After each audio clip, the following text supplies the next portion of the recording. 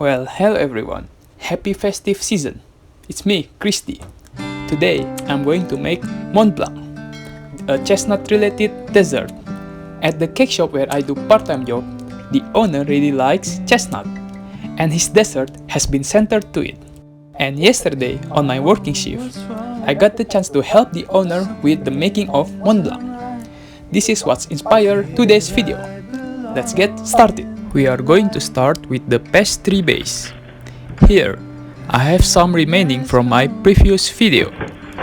You can refer from there on how to make one. Shape it to circle, put it on a baking tray, and bake it.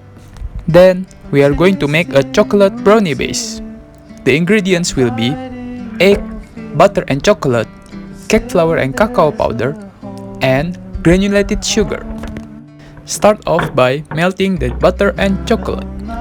Here, I'm using a microwave for convenience purpose.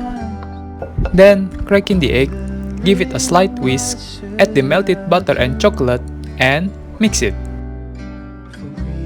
After that, sieve in the dry ingredients and mix them thoroughly with some help of scraper.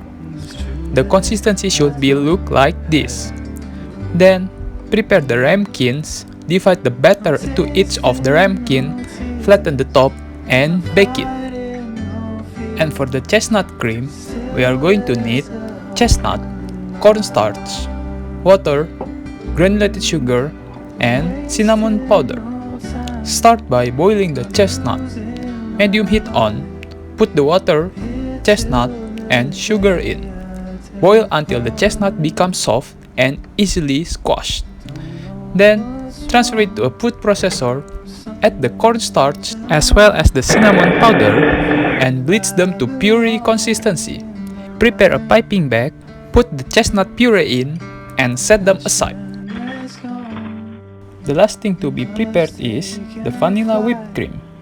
In a bowl, put cream, vanilla extract, and granulated sugar. Then, whip it until the cream becomes stiff and can retain its form.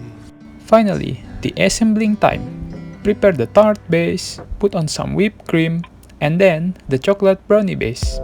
A little bit more whipped cream, then 1 or 2 chestnuts. After that, cover with the vanilla whipped cream again, and finally the chestnut puree to finish. Voila, it's done. In terms of appearance, not the best though, but it's first time, so that's it.